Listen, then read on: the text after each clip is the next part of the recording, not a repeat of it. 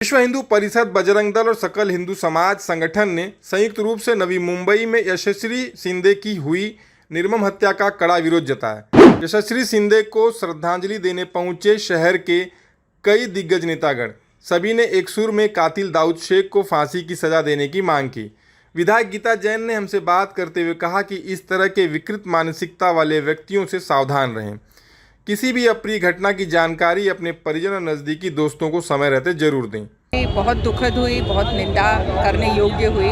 उस घटना को जितना हम घृणित कह सके वो कह सकते हैं कि बहुत ही घृणास्पद ये घटना थी।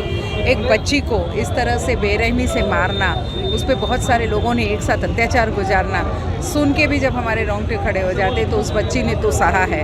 हम यहाँ आज आक्रोश मोर्चा आप कह सकते हैं कि आक्रोश कर रहे हैं और प्रशासन से ये मांग कर रहे हैं कि फांसी की सज़ा चाहे हमारे दंड संहिता में नहीं लिखी हो, लेकिन इन्हें फांसी से कम होना भी नहीं चाहिए।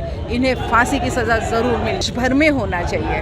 देखिए, अंतर्जातीय विवाह जब स्पेशल एक्ट में दर्ज होते हैं, और मुझे याद है कि हाउस में लोढ़ा जी ने कहा था कि जब जब ऐसे अंतर्जातीय विवाह होते हैं, सरकार ने उसका हर 6 महीने में जाके पूछना चाहिए कि वो बच्ची बराबर है या नहीं है, तो कुछ सोच के ही कहा होगा। और अगर पूरे इरादे से अगर ऐसे विवाह हुए हैं जिसे हम लव जिहाद का नाम देते हैं, तो ये कानून ज़रूर बनना चाहिए और उसकी सज़ा मुझे तो लगता है 10 साल बहुत कम है, उससे ज़्यादा होनी चाहिए।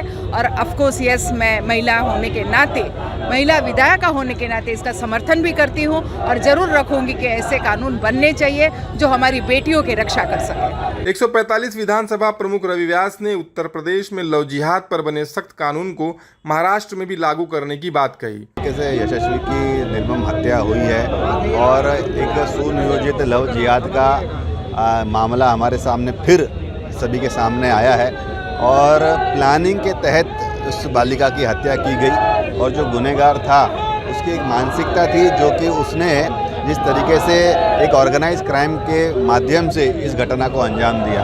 आज विश्व हिंदू परिषद के माध्यम से आज यहाँ पे सभी मृतकों को श्रद्धांजलि तो दी है, लेकिन साथ साथ में सभी ने इस घटना का निषेध भी प्रदर्शित किया है और ऐसी घटनाएं हमारे देश के अंदर रुकनी चाहिए और इसके खिलाफ सख्त से सख्त कानून बनना चाहिए।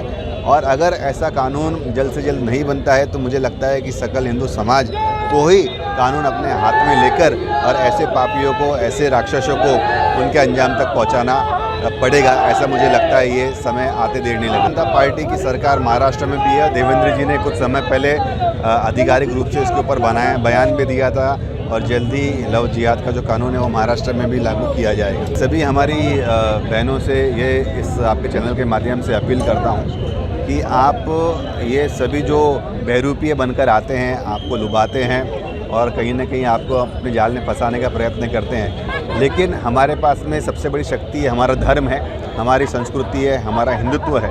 अगर आप हिंदुत्व से जुड़े रहेंगे, अगर अपने धर्म और अपने सनातन संस्कृति से जुड़े रहेंगे, अपने माँ बाप के ऊपर भरोसा करके प्रत्येक घटना को जो भी आपके साथ में दिन में होती है, जिन भी आप लोगों से मिलते हैं, अगर उसकी सूचना अपने परिवार के, अपने माता पिताओं को, बड़े भाई बहनों को अगर आप देंगे, चर्चा करेंगे और अगर अपनी संस्कृति से जुड़े रहेंगे तो ये सभी जो घटनाएं हैं उन घटनाओं के ऊपर हम लोग कहीं ना कहीं उसका बचाव कर सकते हैं, इसके ऊपर रोक लगा सकते हैं। और आपको अगर ऐसा लगता है कि कोई भी जिहादी आपको परेशान कर रहा है, कि आपको ब्लैकमेल करने का प्रयास कर रहा है, तो आप हमारे जितने भी बजरंग दल या विश्व हिंदू परिषद के जो भी हमारे स्वयंसेवक हैं, आप उनसे भी संपर्क कर सकते हैं, पुलिस प्रशासन से संपर्क कर सकते हैं, अपने माता पिताओं से संपर्क कर सकते हैं, लेकिन ऐसी घटनाओं का आपको निषेध करना पड़ेगा, आपको दुर्गा का रूप लेना पड़ेगा। इस तरह के जघन्य अपराध करने वाले आरोपी को फांसी की सजा देकर अपराधियों को सबक देना चाहिए।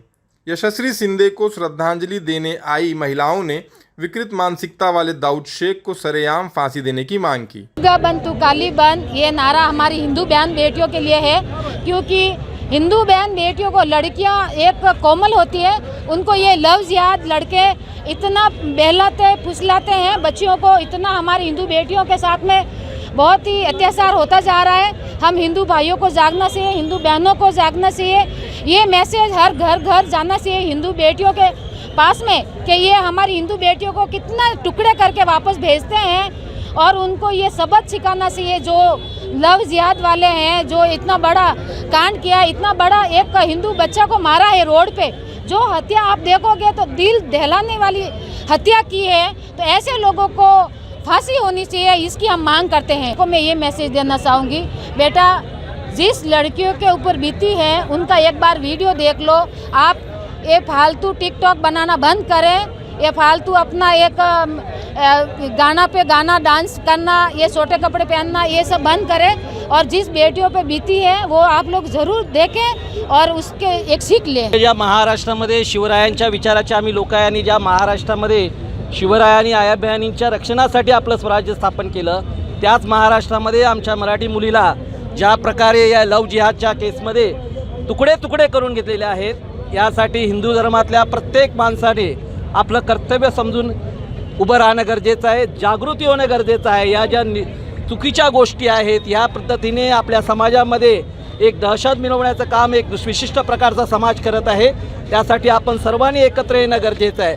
यशस्वी शिंदे हिची जी हत्या क्रूरपणे केली गेली, ती क्रूर हत्या बघता त्यांनी ती हत्या जाणीवपूर्वक आमच्या धर्माचा अपमान करताना केलेली आहे, कारण तिथे ज्या ज्या गोष्टी त्यांनी वापरलेल्या आहेत त्या त्यांच्या धर्माच्या वापरलेल्या आहेत। त्यांना दाखवायचं आहे की आम्ही हिंदूंना कसं नीच करू शकतो, पण हे होऊन देणार नाही, कारण आमच्यावर शिवरायांचे विचार आहेत आणि शिवरायांचा जर मावळा उचलला तर काय करू शकतं हे अजूनही तुम्हाला माहीत आहे। आम्ही स्वराज्य निर्माण केलेलं आहे, त्या घटनेवर आम्हाला घेऊन येऊ नका।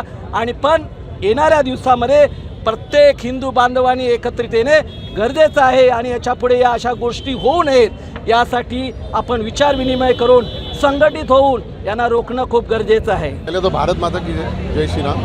जिस तरह हमारी बहू बेटियों को और ये महिलाओं की जिस तरह ये लोग इज्जत लूट रहे हैं और जिस तरह लव जिहाद चल रहा है, अब इसकी हो गई अति, अब हमसे बर्दाश्त नहीं हो रहा है। अब इसका अंत या तो पुलिस करेगी, हम करेंगे, अब इसका फैसला करेंगे हम।